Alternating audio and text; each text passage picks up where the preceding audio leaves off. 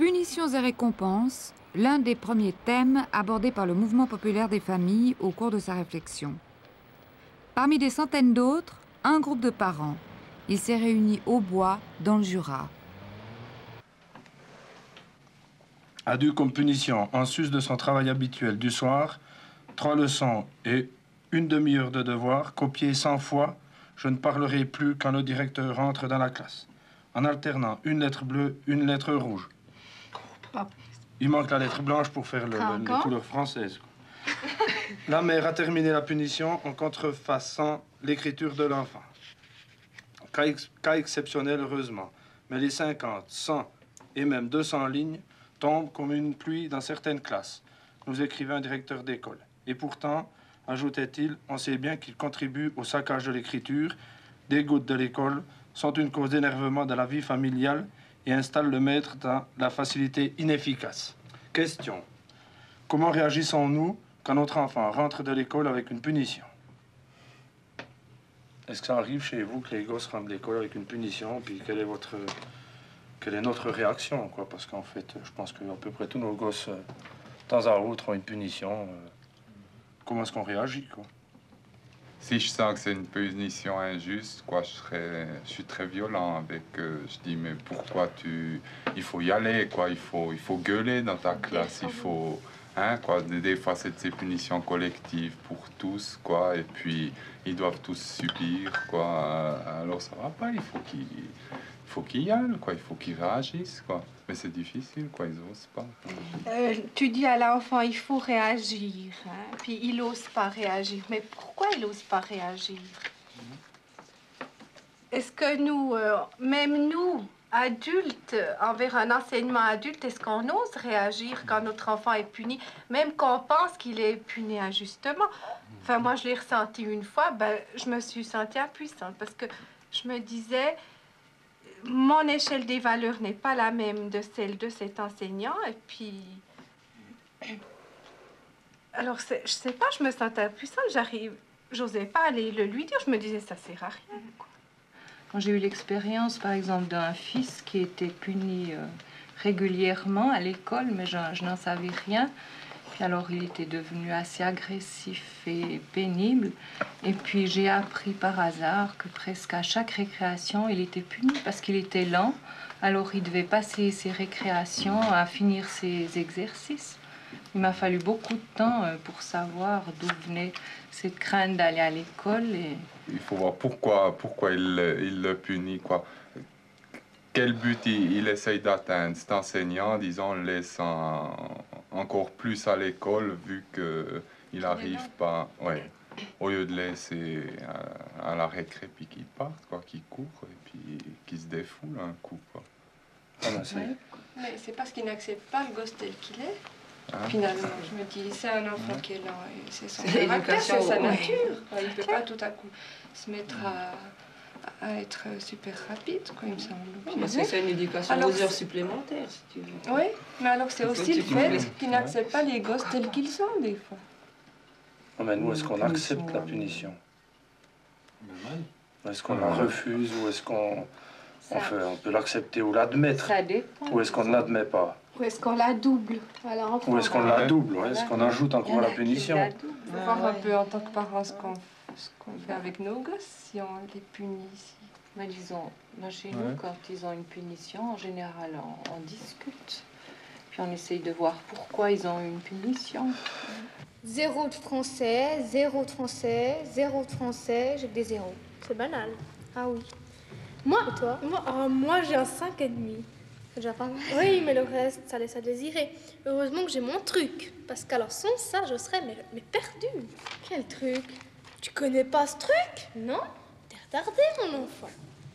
Écoute, raconte. Alors, tu vas vers ta mère, pas vers les hommes, parce que ça marche beaucoup moins bien. Vers ta mère. Tu la regardes comme ça, dans les yeux. Tu m'impressionnes. Oui, t'as de la chance. Alors, comme ça, dans les yeux. Et je sais pas, ça doit lui faire un petit choc dans la tête, un circuit, je sais pas. Alors, elle me signe mon carnet, puis elle me laisse partir. Bon, tu m'attends devant la porte, s'il te plaît. D'accord. Maman! Mon carnet. J'aimerais savoir ce que c'est ce 0. Et cette remarque. Mais, au lit. Regarde-moi ça, la facture de laitier, de l'épicier, du boulanger. Oh, puis tais-toi. Tais-toi, je dois nous nourrir quand même. C'est désolé. Oh, puis c'est pas toi qui fais les courses, voyons. Et puis alors, à la boucherie, ça, tu trouves moins cher. Oh, puis le feu n'a rien à voir. Mais tout à fait. Monte dans ta chambre, puis terminé, quoi. Oh, c'est pas possible. Mais regarde-moi ça. Tu te tais. Le lait, tu le trouves en Non, c'est pas ça, moi, ici, c'est dégoûtant. La deuxième partie de la question était comment réagissons-nous quand notre enfant rentre de l'école avec une récompense ou une distinction particulière? Est-ce que vous avez des cas où votre enfant est rentré avec une récompense, une distinction particulière, quoi, des trucs, quoi,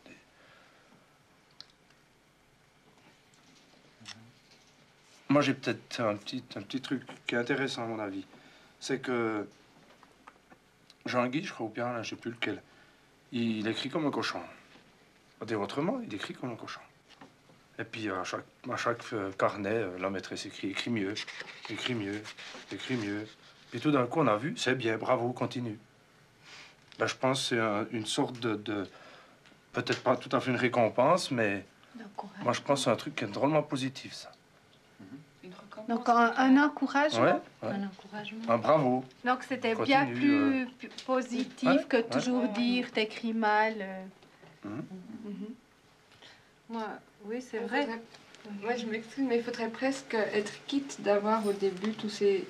écrit comme un cochon, quoi. Oh, bah, Ils ont rien, et puis tout à coup une... Bon. Ouais, mais il fallait peut-être y faire remarquer, parce qu'il ne voyait pas tout seul. Oh, Dieu. Oui, d'accord. Parce que c'est important aussi, finalement. De bien écrire. Ouais. Il faut que ce soit lisible. Ouais, lisible, d'accord. Et enfin, moi, j'ai un autre exemple aussi, où dans une classe, il y avait des distinctions particulières pour ceux qui arrivaient les premiers. Les 4-5 premiers avaient droit à un brassard. Ou... Oui, un brassard qu'ils devaient porter pendant une semaine, par exemple, pour la dictée. Un brassard, Oui, qu'ils accrochaient à leur manche, et puis c'était marqué tour de l'orthographe. Moi, la première fois j'ai dit, mais qu'est-ce que c'est que ça? Ouais, ça me rappelait le tour d'orthographe. Je suis sûre que dans une classe comme ça, il y a beaucoup d'enfants qui ne feront même pas l'effort d'arriver à ce brassard ou même à s'améliorer parce qu'ils se disent tout de suite, mais je n'arriverai jamais. Oui. Ils essayent certainement au début, mais au bout de 2-3 mois, ils se disent, mais ça se voit bien, c'est toujours les mêmes. Moi, je l'aurais jamais. Et puis, ce qui se passe après ça, quoi, ce qui se passe entre les gosses, celui qui a eu le brassard et puis celui qui l'a jamais. Qu'est-ce qui se passe, quoi, avec toutes ces différences? On ne sait pas toujours ce qui peut se passer. C'est tout bon pour la camaraderie. Justement. La solidarité. Puis il me semble qu'ils ressentent déjà, les enfants, un complexe soit de dominant, parce qu'ils sentent, c'est eux qui ont le brassard, alors ils dominent les autres, moi c'est facile, je l'ai souvent. Ou bien de dominer celui qui voit, qui n'arrive jamais. Ben, il se dit, mais quoi, ben, c'est l'autre quoi, qui l'a toujours. Puis moi, je ressens ça aussi chez mon enfant, parce que, mais par rapport aux notes. Il se prend au jeu. D'abord, il attache aucune importance aux notes. Puis quand il a vu que ça avait de l'importance, ben, il s'est pris au jeu. Puis maintenant, il veut faire que des 6. Quoi. Mais ben, peut-être que s'il n'avait pas pu, ben, ce serait... Alors, il aurait facilement ce complexe de dominant, quoi. Il ne faut pas beaucoup les pousser. Ah non, ils se prennent très vite au jeu.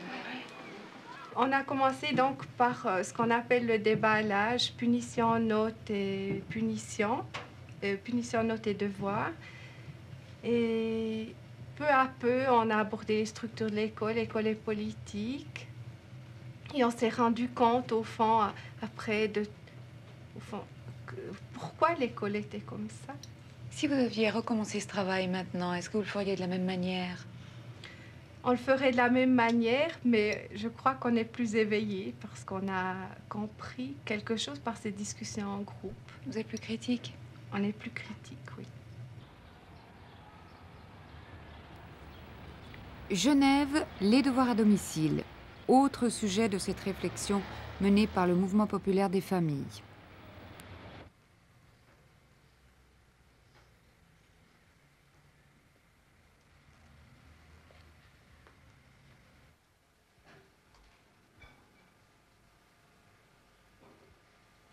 Chacun de nous peut dire un peu les problèmes que les devoirs lui posent. Moi, je peux simplement dire que c'est pas une partie de plaisir, que je pense pas que ça pose des problèmes dans ce sens qu'il faut toujours dire est-ce que par hasard tu as fait des devoirs, donc c'est déjà une contrainte que l'enfant a en sortant d'école, et que moi j'ai l'impression que c'est bâclé pour plus vite s'amuser après. Oui, moi, ou lire, ou faire ce dont elle a envie. Je pense que c'est pas si mal que ça qu'ils aient quelque chose à faire à la maison parce qu'on participera peut-être davantage à leur travail scolaire. Mais je trouve que ça prend des proportions trop importantes dans le sens qu'ils ont par exemple un vendredi soir une revision énorme de vocabulaire ou d'orthographe.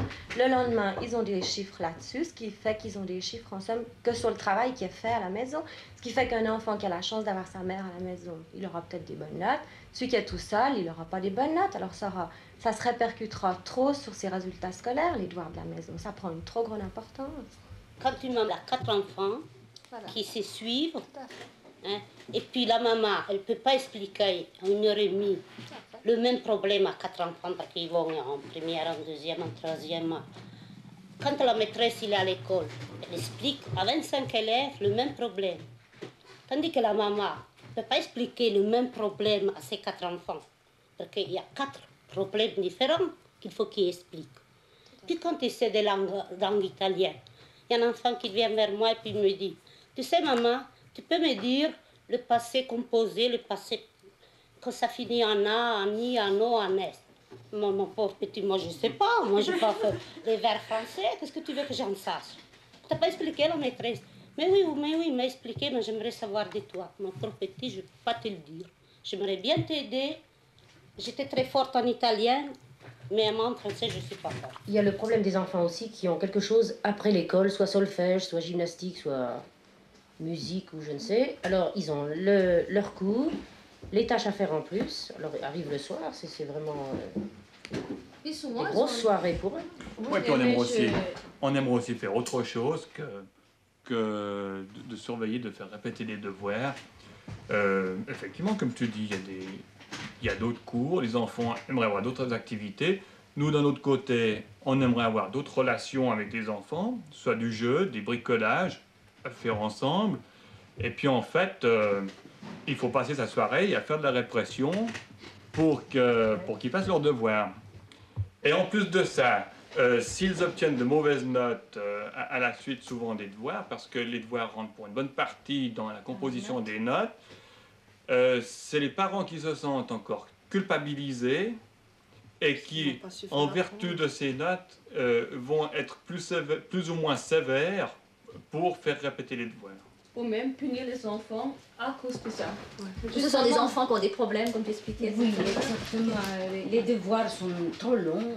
Et puis, il faut tout le temps insister. On arrive à avoir les nerfs en boule. On ne sait pas comment lui faire rentrer les choses que la maîtresse lui a dit d'apprendre.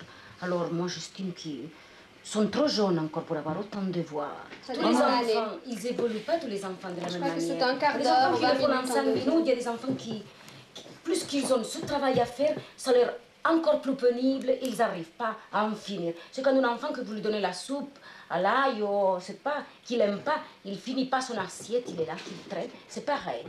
Je fais venir une répétiteuse 2 fois par semaine. J'aurais besoin de 4 répétiteuses, mais je peux pas. Je n'ai pas les moyens, aussi par ça et par la JETA. Alors c'est ça le problème. Avec les répétiteuses, ça va très bien, mes enfants ils réussissent très bien. Même les répétiteuses, ils sont assez intelligents, ils comprennent une suite. Quand je vais faire les maîtresses, ils m'ont dit « Oh, ils ne sont pas assez intelligents, ils ne comprennent pas. » Alors je ne comprends plus rien, moi. Pour être intelligent, qu'est-ce qu'il faut?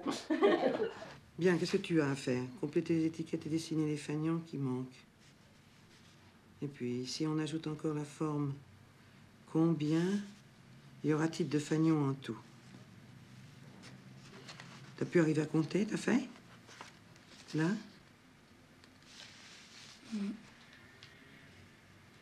Mais tu mets n'importe quel fanion ou quoi, alors? Comment tu fais? Explique-moi un peu, parce que moi, j'y comprends rien. Moi, j'y comprends rien du tout. Qu'est-ce que tu comprends là-dedans? Encore cette forme, il faut compter, il y en a quand même. T'as uniquement cette forme-là à mettre dans les cases, alors? Et puis tu comptes tes fanions? Il y en a 20. 2, 3, 4.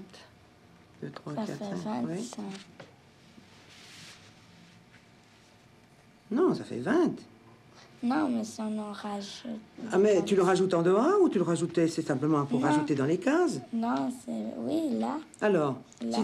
Et on en rajoute un là, un là, un là. Encore en plus?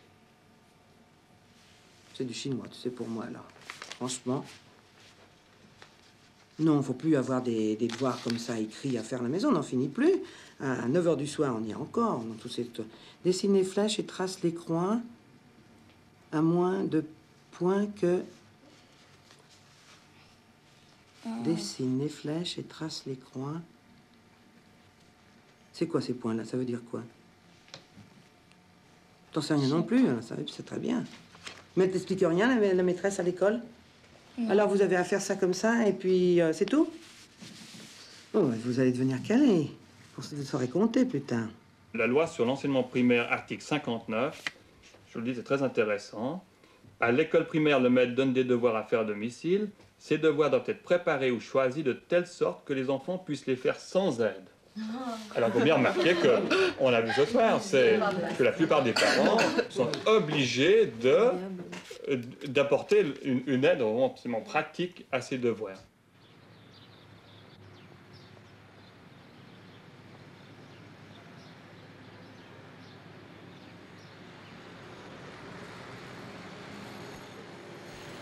Puis, les relations des adultes avec les enseignants.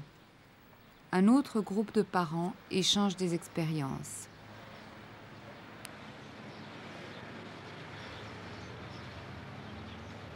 Mais ça, de toute manière, à l'heure actuelle, on ne prend pas garde de savoir le tempérament et la personnalité quand les enfants qui vont à l'école. Quand tu vois Dominique, quand elle a passé de 5e au 6e conditionnel, bon, ça a passé tout seul, 5e au 6e. Premier semestre en 6e, elle n'avait toujours pas la moyenne en langue. Elle avait des bonnes moyennes autrement, mais ça n'a jamais pu compenser ses moyennes en langue. Alors, qu'est-ce qu'il fallait faire? Le maître lui a dit, tu redescends en 5e. Sans savoir ce que ça pouvait faire à cette gosse. Alors, avec Claude, on a discuté, on s'est dit, qu'est-ce qu'on fait? Est-ce qu'on accepte le règlement qui fait qu'on passe qu'une fois conditionnel? Ou est-ce qu'on fait une démarche pour la défendre, parce qu'elle était plus ou moins, elle était assez timide, elle avait de la peine à se faire des camarades de classe, elle avait un maître qu'elle s'entendait bien avec. De redescendre en 6e, au 2e semestre, il fallait qu'elle se réhabitue à des autres camarades, il fallait qu'elle se réhabitue à un autre maître. De finir la 6e lui posait le problème d'essayer quand même une fois son certificat, ça lui faisait une répétition générale qui n'était pas mauvaise. De toute manière, elle savait qu'elle allait refaire sa 6e. C'était décidé, on savait qu'elle ne pourrait pas réussir son certificat. Mais le règlement était qu'on passe conditionnel qu'une fois. On était, pour ainsi dire, certain qu'on allait se faire... on allait recevoir une réponse négative.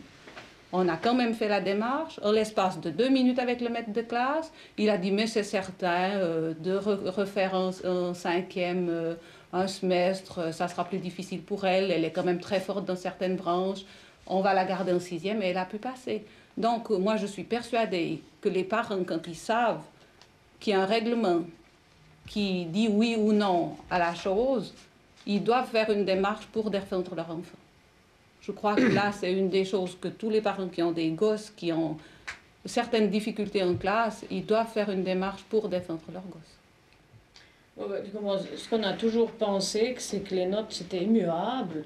Ça veut dire qu'un 6 est un 6, donc ça ne peut pas être un 4 pour un maître et un 8 pour un autre. On pensait que c'était quelque chose d'important et qu'on n'avait pas à les remettre en cause. Chaque maître avait la même façon de donner une appréciation de notes. Ben oui, et moi je trouve que dans toutes les démarches qu'on fait auprès des maîtres, il y a cette difficulté, c'est qu'au fond, voilà madame, vous avez ces notes, ma foi, on nous montre le carnet de notes, c'est immuable, tu ne peux pas bâtir sur autre chose.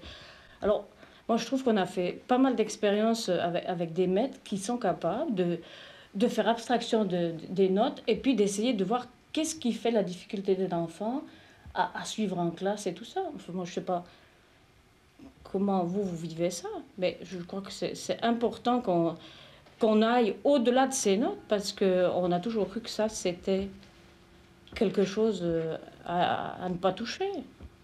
Donc, on est quand même marqué par tout ce qui est établi à l'école et on croit que c'est pas possible de faire quelque chose, d'aller contre.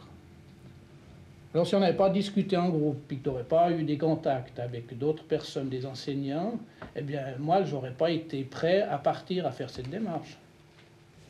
Parce qu'il me semblait que c'était pas possible. On devait respecter cette décision de l'école. Mais c'est pas toujours facile de faire des démarches. Ben, c'est pas... Si on n'est pas... je pense à certains parents qui ont certainement des difficultés d'oser faire des démarches. Parce qu'il y a une étiquette qui est posée aussi souvent sur les parents, où des parents de langues étrangères n'osent pas faire les démarches comme nous qui avons milité ensemble sur l'école, puis dans d'autres groupes aussi. On est beaucoup plus engagés, on se rend beaucoup plus, on a beaucoup plus d'audace.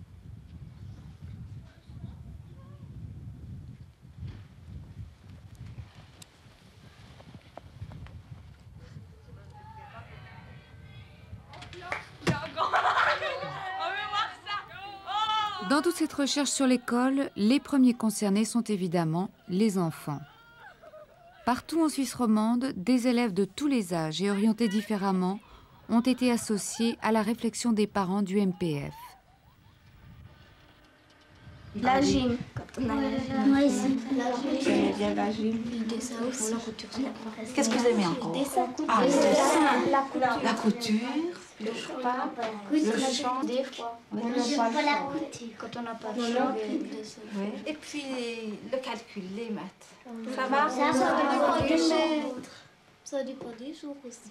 Des fois, ça dépend ce qu'on fait. C'est pénible de rester assis à l'école. Ça vous fait à peu près 4 heures le matin. C'est long?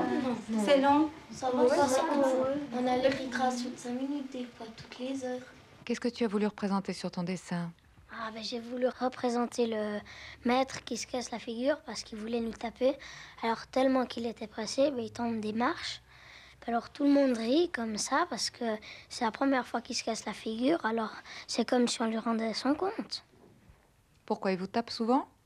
Oh, presque tout le temps. On dirait qu'il a du plaisir à le faire.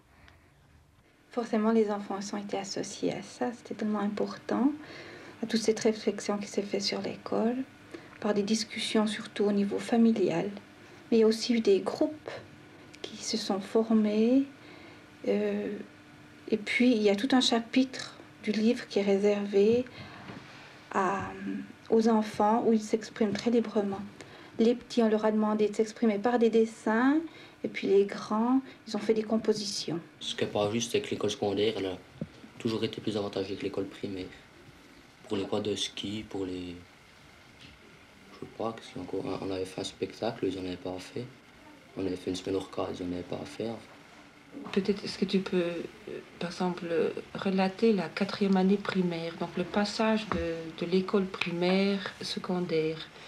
Est-ce que tu vois déjà là une différence, une discrimination, si tu veux, entre les élèves? Est-ce que c'est déjà à la base? Disons, là, entre camarades, là, en 4e année, on s'entend encore tous bien, on est encore tous ensemble. Mais seulement, c'est le maître. Il me semble que petit à petit, il nous sépare parce qu'il dit toujours ouais, les plus faibles, bon, c'est inutile, vous ne vous présenterez pas à l'école secondaire, vous êtes des cloches. Puis alors, il félicite toujours ceux qui arrivent en premier. Puis ça commence déjà comme ça. Au Breleux, des parents parlent des notes. Le problème revient à peu près chaque fois que l'on traite de l'école. Cette fois, c'est le point de mire de la discussion. Alors on voit que le système des notes, ça déforme même nos enfants. Si on réfléchit bien, je trouve que ça les déforme. Parce qu'on essaie d'y donner des valeurs de solidarité, des valeurs de justice, d'attention aux autres. Qu'à l'école, à cause des notes, eh bien, il faut qu'ils fassent chacun pour eux, là c'est l'individualisme. Et puis c'est la compétition. Alors je trouve ça les déforme. Je peux donner l'exemple suivant. C'est que j'ai beaucoup bossé les participes passés avec mon fils. Et puis ils ont fait une épreuve le lendemain. Puis dans cette épreuve, c'était un texte. Il y avait 26 participes passés. Et puis il avait vraiment bien travaillé. Il lui semblait que son résultat serait bon. Alors lorsqu'il a eu son épreuve, en retour, eh ben, il a été très très déçu parce qu'il avait fait 3 fautes. Et pour lui, je trouve que 3 fautes, c'était vraiment un bon résultat. Et puis sa note était 3. Alors j'ai aussi trouvé ça très sévère, beaucoup trop sévère. Et puis je trouve que c'est pas normal parce que pour lui, il n'a vraiment pas été récompensé du travail fourni. Que l'enfant fasse 6 fautes ou qu'il en fasse 10, si l'effort a été là, c'est pas de sa faute si l'enfant fait des fautes. Puis peut-être celui-là, il aura travaillé pendant 2 heures de temps, puis l'autre pendant 5 minutes. Exactement. Alors, Exactement. qui c'est qui est récompensé? Celui qui a travaillé 2 heures, puis qui fait un 3, ou bien celui qui a travaillé 5 minutes, puis qui fait 6? Avec une Parce facilité. qu'il vient au monde, il est doué, il n'a pas de problème. L'autre, il va à l'école, il est déjà en retard sur les autres parce qu'il est moins doué que les autres. Puis il faut qu'on nous entende sur le terme doué. Et puis il est saqué, propre en ordre encore à l'école parce qu'il ne peut rien faire, rien du tout. Et puis après, ça se répercute sur la famille, sur l'ambiance, parce que quand on revient du boulot, on rediscute de notes. Et puis c'est des fois des catastrophes, on s'engueule encore entre parents. Et puis si on veut mettre des notes, enfin si les profs veulent mettre des notes, il faudrait qu'ils en mettent pour tout, aussi pour leur esprit de camaraderie, pour leur esprit d'entraide, pour tout ça. Puis il faudrait aussi que ça compte dans la vie seulement. Voilà, une fois qu'on a fini l'école, on aurait beau avoir des 6 d'entraide, puis de camaraderie, puis de solidarité. Hein, après, c'est le chacun pour soi, puis comme tu as dit avant, on tâche d'écraser les autres pour réussir. Puis ça les traumatise parce que même dans leur santé. En tout cas, leur 4e année, l'année où ils ont, avant d'entrer à l'école secondaire, c'est des années pénibles pour les parents, hein, parce que... Dramatique. C'est fou. Moi, je trouve que ces notes, en tout cas, ça devrait être supprimé parce que c'est de la saloperie. On a une fille qui va à l'école enfantine, enfin, qui est maintenant en 2e année, mais elle était à l'école enfantine, elle n'avait jamais une note. Et puis, ça allait très bien, il n'y avait pas de compétition entre les enfants, pas de concurrence, pas de tricherie qui se passait. C'était formidable, ils travaillaient très bien. Et puis ils rentraient toujours tout contents de l'école, il n'y a jamais de problème. Et puis les parents étaient aussi très heureux, puis ils ne réclamaient pas de notes. C'est arrivé en première année, très peu de notes. Et puis une maîtresse qui savait les mettre très discrètement, mais en tout cas elle ne criait pas non plus d'ennui comme ça se trouve par exemple en 4e année, où c'est avant l'école secondaire. Il n'y avait pas de discrimination, on disait déjà en première. Alors. Et puis... il me semble que les enfants travaillent très bien, mais ils travaillent pour eux, pour apprendre. Alors qu'après, une fois qu'on commence à leur mettre des notes toutes les semaines, tous les jours, ou bien à chaque épreuve, ils travaillent plus que pour la note. Puis alors, ça commence ce que j'appelle la saloperie, quoi. Oui, bien sûr, s'il n'y a pas de notes, c'est normal qu'il y ait justement une espèce d'esprit d'entraide entre eux, parce qu'il n'y a pas de plus fort et de moins fort, ils sont tous un peu au même niveau.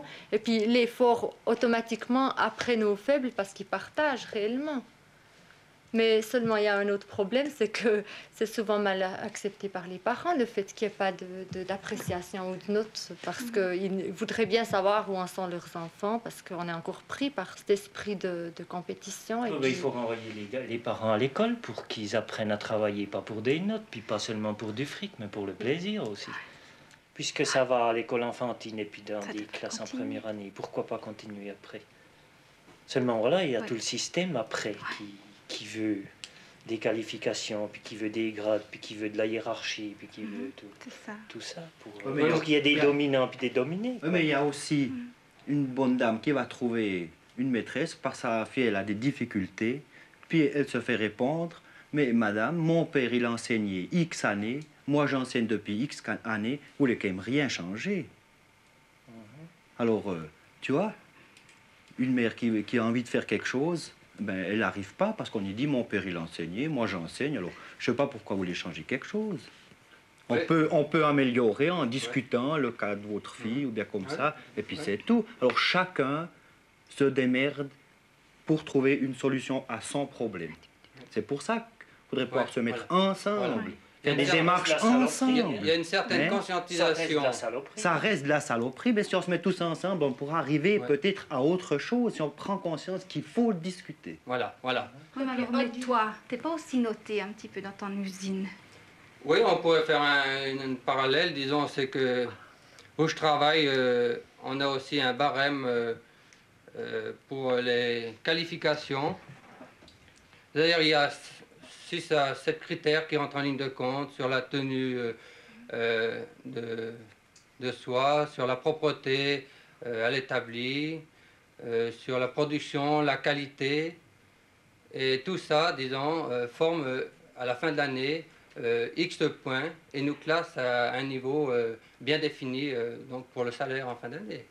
Oui, alors on pourrait faire, disons, oui, un parallèle, disons, avec nos enfants à l'école, c'est un peu la même chose, quoi. Oui, mais puis alors comment ils mettent? Et puis qui c'est qui met les points, les notes, oui, les critères là? Est-ce que les chefs sont capables ou bien ils sont aussi comme les profs, ils savent des fois pas quoi mettre ou pas comment mettre? C'est là le problème. Ou bien est-ce qu'ils ont aussi des gens qui favorisent plus que d'autres? Voilà, il suffit d'être bien avec son chef pour que... Et puis souvent les chefs, ils sont non plus pas choisis par rapport à leur savoir en travail, mais par leur savoir en rapport entre l'ouvrier et puis eux. Voilà. Et alors quand il faut qu'ils jugent une qualité, ben, ils savent souvent pas travailler, puis ils doivent mettre des notes de qualité.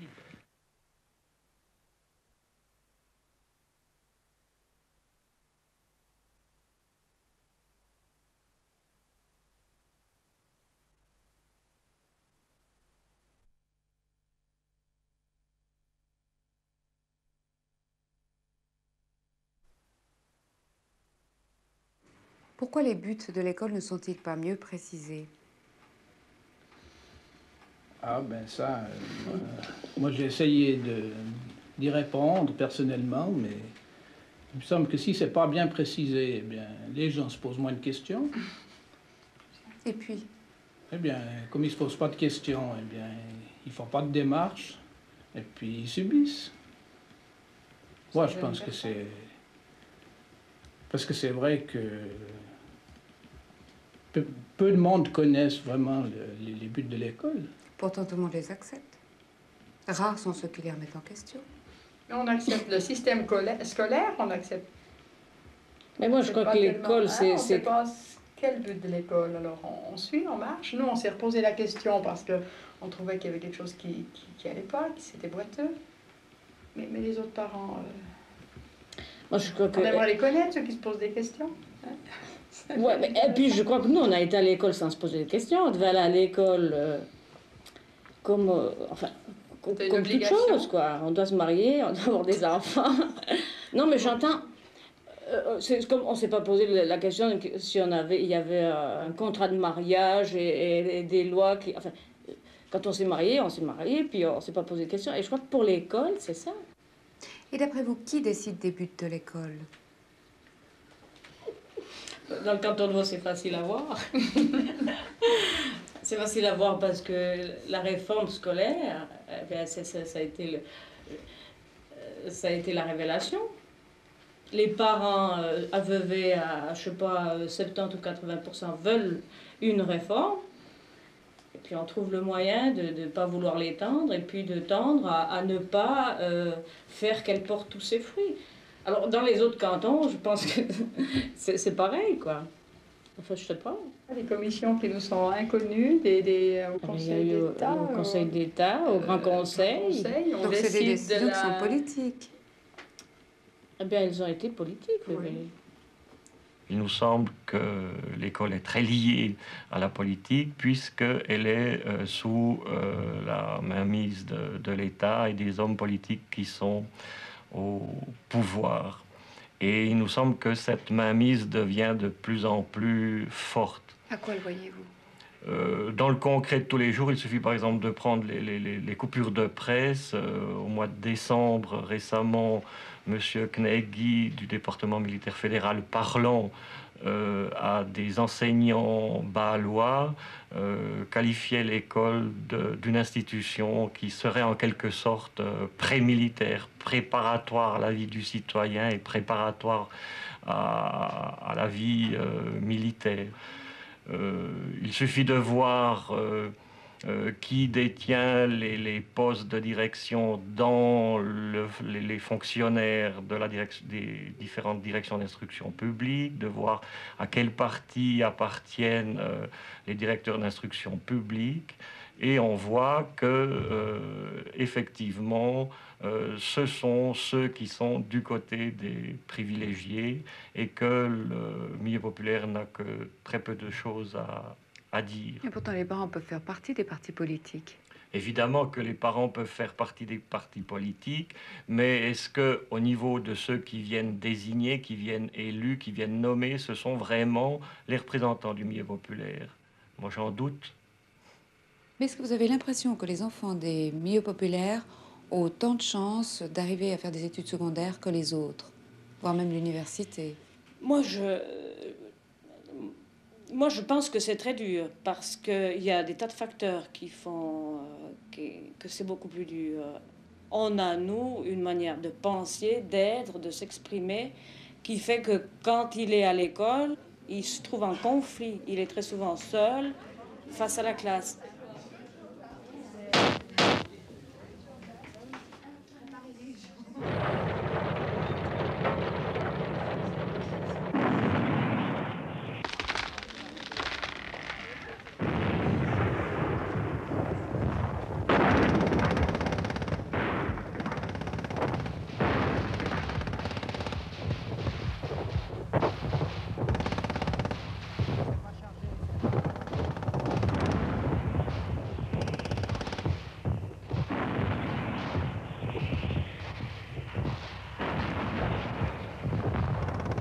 Je me rends compte de ce qui nous sépare, de ce qui sépare un enfant du milieu populaire d'un enfant d'un milieu intellectuel, pas au sens péjoratif. Mais dès le départ, au niveau des livres, c'est vrai qu'en voyant ces bibliothèques, ça donnait envie de lire, quoi. Bibliothèque d'enfants de milieu privilégié. Oui, c'est énorme. Les jeux, enfin, moi j'ai trouvé, je pense que dès le départ, l'enfant n'est pas sur un pied d'égalité. Déjà dans la petite enfance. Mais c'est pas un rejet. Je pense que le seul regret que j'aurais, c'est que je crois que nous, on véhicule quelque chose d'aussi riche et qui n'est pas vécu à l'école. C'est-à-dire qu'il n'a pas possibilité d'expression à l'école. Alors, la difficulté, c'est que au fond, il doit s'insérer dans quelque chose qui est pas son milieu naturel. Et puis que ce qu'il est, il doit, au fond, l'imposer. C'est ça qui est difficile. Enfin, que moi, je perçois comme difficile. Pourtant, de toutes parts, les autorités font des efforts pour démocratiser l'école. Oui, les autorités font des efforts pour démocratiser l'école, mais je me demande si le problème est bien posé. On parle de l'égalité des chances au niveau de l'école, mais on ne veut pas avoir les inégalités sociales qui sont à la base de ces inégalités devant l'école. Et je crois que c'est même un peu de l'hypocrisie de faire croire aux gens que l'on veut l'égalité des chances à l'école, alors que partout dans la société, on maintient les inégalités sociales. Et d'autre part, le système même scolaire fait ces inégalités, les produit par la sélection, les notes, les examens. Elle fait réussir certains, elle maintient les autres au niveau de l'échec. Et finalement, elle reproduit et même elle amplifie le problème des inégalités. Et je crois que tant que le système scolaire sera ce qu'il est, il ne faut pas parler de l'égalité des chances et il ne faut pas non plus s'étonner que les efforts faits ne produisent aucun effet tant qu'on n'aura pas changé le système scolaire. On s'est dit, mais finalement, on est très négatif. Mais ça ne pouvait pas être autrement, puisqu'on se retrouvait pour voir ce qui n'allait pas, pour voir nos difficultés. Et puis on a très bien vu qu'il y en avait point qui en sortaient. Il y a eu des choses positives, mais qui avaient surtout c'était surtout en relation avec un enseignant qui avait une méthode de travail différente, qui appliquait le programme, mais dans la manière de l'appliquer était différente. Est-ce qu'au départ de ce travail, vous étiez conscient que l'école allait faire surgir des problèmes aussi complexes? Ah non, je crois pas qu'on était... je crois pas qu'on était conscient que ça prenait cette dimension-là. Parce que c'est vrai, chaque père et mère apporte plus ou moins ce qui vit avec l'enfant, ça paraît décousu. Mais quand on remet tout ça ensemble et qu'on voit que dans le Jura, qu'on voit à Genève, même à Genève où on sait qu'il y a une structure scolaire qu'on dit différente, en Valais, eh bien, on voit que finalement, le problème de la sélection, de la compétitivité, enfin, tout ressortait. Alors, pour nous, ça est devenu une conviction qu'il y avait quelque chose d'important à faire sur le plan de l'école.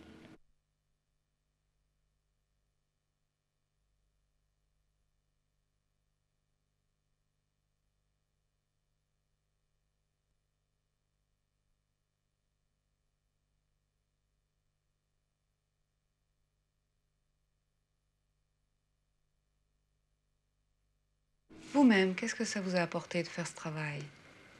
Ça m'a énormément apporté. C'est-à-dire que j'ai pu partager un travail que j'avais envie de faire avec d'autres. Et puis, je suis devenu quelqu'un par le fait de ce travail. J'étais écouté, j'apportais un travail que je préparais déjà à la maison le soir après les heures de travail. J'y passais le vendredi quand je chômais. Je sentais, j'avais envie d'y aller. C'était pas un travail qui se répète tous les jours, puis on vous dit seulement quand c'est mal fait que ça va pas. Alors là, tout ce que je faisais, on le remettait nouveau en cause, mais je sentais que c'était partie prenante. Les gens avec qui je travaillais, les copains avec qui je travaillais, étaient réceptifs, et puis ils me disaient, ouais, ça, je l'aurais écrit comme ça c'est bien, tout était partagé. Alors moi, ce travail, j'avais envie de le faire. Je suis devenu quelqu'un maintenant, je ne peux plus être celui que j'étais avant, parce que j'ai vécu un événement. Et sur un plan général, est-ce que ça a changé quelque chose à votre manière de voir la vie, d'envisager les problèmes qui se présentent? Ah oui, énormément alors. Sur l'école aussi, puis encore sur les autres, au MPF, tous les problèmes, on a envie de les vivre, de les dire, parce qu'il y a peut-être des années qu'on aurait voulu les dire, qu'on n'a jamais appris à le faire, surtout pas à l'école. Alors maintenant, on s'instruit, comme on dit, on est capable de dire quelque chose, on est capable d'affronter des gens, puis de leur dire, parce qu'on s'est documenté, on a cherché pourquoi ci, pourquoi ça, on a échangé avec les autres, alors on devient beaucoup plus responsable. Puis on cherche à le partager, ça, parce que ce qu'on a reçu, ce qu'on est devenu, on doit aussi le redonner aux autres pour qu'ils deviennent avec nous, pas qu'on parte tout seul, que ce soit avec tout le milieu populaire qui se lève, qui marche, et puis qui dit ce qu'il a envie de dire. Moi, je crois que nous, on serait capable, et on est capable, moi je suis persuadée, qu'en groupe, on peut construire quelque chose. Parce qu'on a vu qu'on est ensemble capable de faire un constat, mais on est aussi ensemble capable de faire une démarche pour aller voir ce qui se vit ailleurs, pour voir des enseignants qui font certaines expériences, pour prendre contact avec des directeurs et tout ça. Eh bien, je ne vois pas pourquoi, en groupe, on ne serait pas capable d'essayer de définir qu'est-ce qu'on voudrait et qu'est-ce qui nous semble important pour nos enfants, parce qu'on les voit vivre quand ils reviennent de l'école. Alors, il y a l'acquisition des connaissances, mais il y a tout cet apprentissage à la vie collective, à la solidarité, à la prise de responsabilité, parce que ce n'est pas à 20 ans qu'on devient tout d'un coup responsable magiquement. Alors moi, je crois que nous, on est capable d'essayer d'inventer quelque chose. C'est vrai que le problème, c'est d'être entendu.